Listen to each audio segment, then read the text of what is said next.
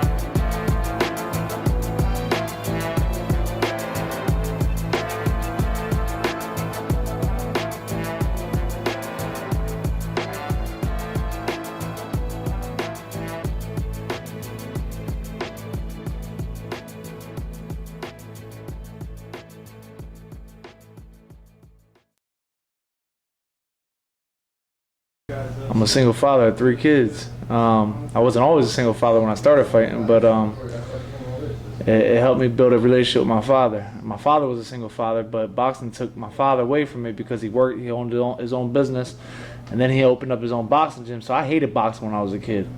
So for me, I started getting in trouble out on the streets, and I got attention from my dad, but the wrong attention. So once I started fighting, I seen I was getting that good attention. So that's what started me fighting.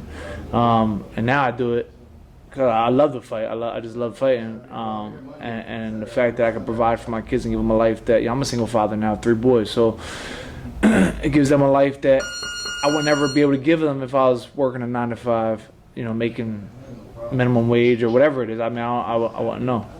Now, I know a lot of people might recognize you from the Chris Arreola fight. It was a PBC fight, so it got a lot of attention, which I'm going to throw in there myself. I saw you winning that fight. I appreciate that. Would you be able to tell me, what do you remember from, how did you feel when you saw Chris go down? I wasn't surprised because I know Chris personally. We sparred a bunch of times, and I heard him a bunch of times in sparring, so I had a feeling I was either going to drop him or knock him out.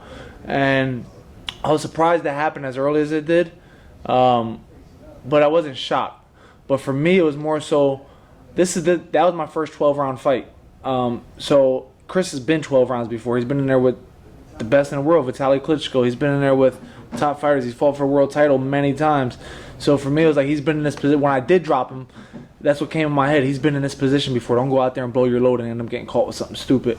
So I took my time, and it bit me in the ass in the long run. You can't cry over spilled milk. You know what I'm saying? It's done with. It's behind me. It opened up bigger opportunities for me. Had I gone out there and got wiped out by Chris, I would have been done. My career, I'd be fighting in local club shows for the rest of my life.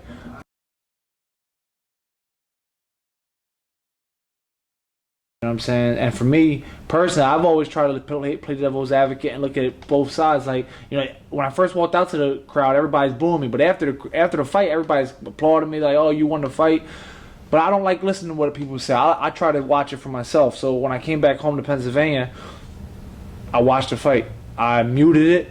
I don't like watching fights with sound because I don't like anything being biased. I kicked my kids out of the room. I kicked my ex-girlfriend out of the room. I told everybody they gotta leave. And I wanted to watch the fight just to see maybe the judge seen something I didn't. Every time I watched the fight, I scored it exactly the same. I'm like, I don't know what the judge has seen. And I had 115, 113. Close fight. But I had me winning, and this is not being biased because I give Chris some rounds. Like I took off the 10th and 11th round. Clearly, he won those rounds, but I can't. That's behind me now. I'm moving on to bigger and better things, and listen, man, I got a lot of good people on my side, and we just keep going forward. Definitely. With that said, I'm pretty much sure that after that fight, you pretty much mentally let you know that you belong on this stage. I've always knew I belonged. I just would never get the opportunity because I didn't have the number one, as an amateur, I was ranked number 1 in the country as an amateur. So I had a lot of amateur pedigree, a lot of experience as an amateur, and then as a pro, I had a bunch of fights. But I never got to fight the elite type fighters because even till today, people think I'm too high risk. I don't have the big name, but I'm too high risk. Look what happened.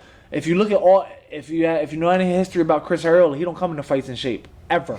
He fought Vitaly Klitschko at like 265, not in shape at all, and Vitaly was the man to beat. Didn't come in shape. Chris came in shape for me because Chris knew that I was a problem, and that says a lot. And I think because of how I looked against Chris, that's getting people scared to fight me now, and it kind of hurt me in a sense.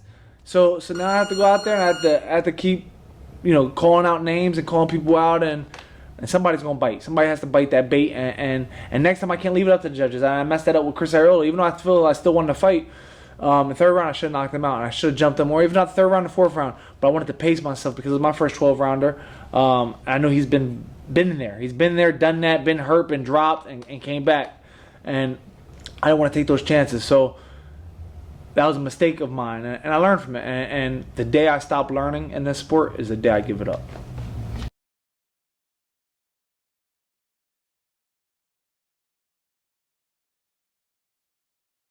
Number one, I'm a fan of boxing. I don't ever try to sit there and say this person's better than me, because I think I'm the best heavyweight in the world. However, there's a lot of great talent out there. We have Deontae Wilder, who's the WBC world champ, very strong, very mediocre though.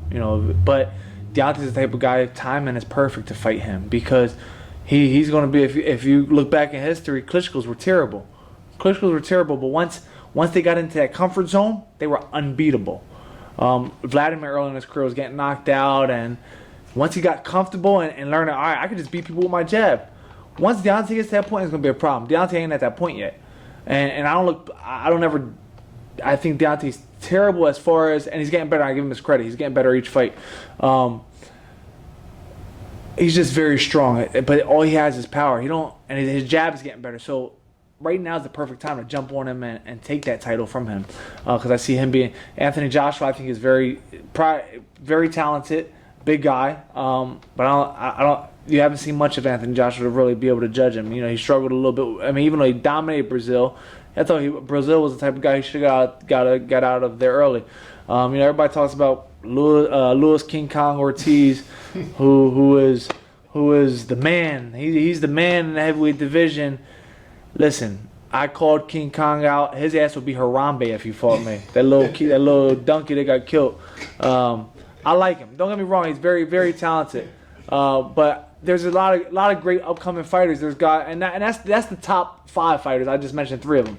But you have guys like Jarrell Miller, who just fought last night against Fred Cassie. Very decent.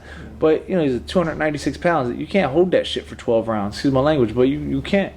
So for me, a lot of people don't understand that I'm very versatile. Most heavyweights, they're very one-dimensional. Now they can't switch things up. Now I'm not gonna sit here and snitch on myself on everything I can do, because one day people are gonna watch this and they're gonna say, "Oh, well, he does this, he does that." Watch me and see what I do.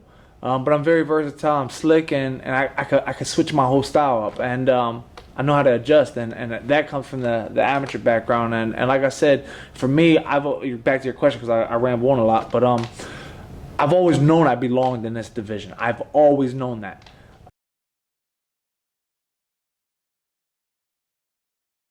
They always said if you put a blanket over me, you don't know my color a lot, because I'm real slick. A lot of people call me a brother. They just say, Trav, you're not white, you light skinned. But I'm very slick, and for me it's like, I gotta thank my father for teaching me everything. You know what I'm saying? Of course, he brought me up in amateurs and taught me everything, and very versatile, be able to switch up southpaw, orthodox.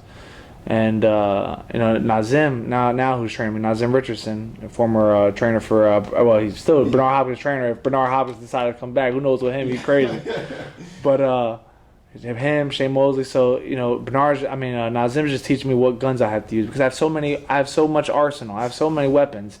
Being so talented, Nazim said, "Well, you ain't gotta go out there and use your bazooka all the time. Sometimes you can just use a little .22 pistol and shoot them from a distance." You know what I'm saying? So I'm very fortunate with the talent I do have, and I appreciate you watching me and putting your input on it.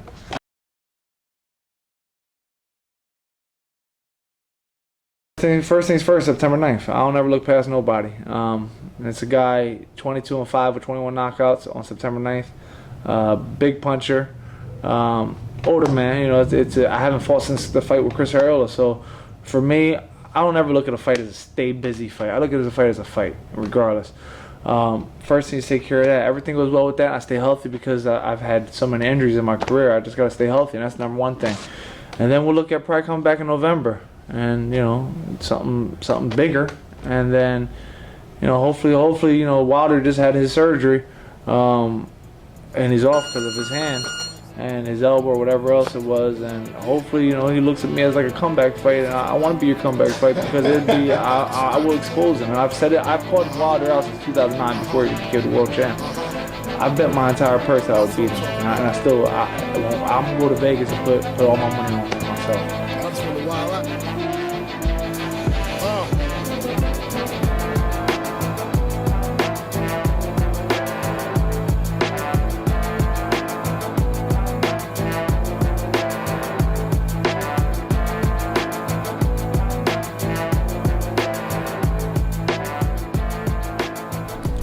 T-Bob.